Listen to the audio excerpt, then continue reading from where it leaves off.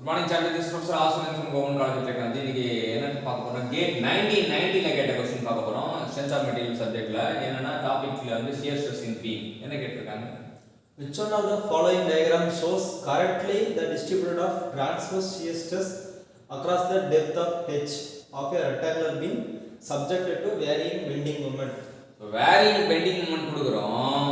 bending moment கொடுக்கும்போது shear stress distribution எப்படி இருக்கும்?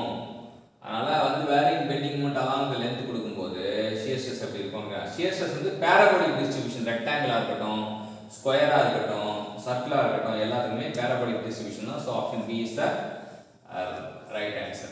So இது வந்து shear stress distribution வந்து எப்படி இருக்கும் அப்படின்னா பேரபோலாவா இருக்கும். ஸோ பேரபோலிக் பார்த்துன்றப்ப இது ரெக்டாங்கிளுக்கும் அதே தான், ஸ்கொயருக்கும் அதே தான், சர்க்கிளுக்கும் அதே தான். ஸோ அதனால் வந்து தைரியமாக போடலாம்.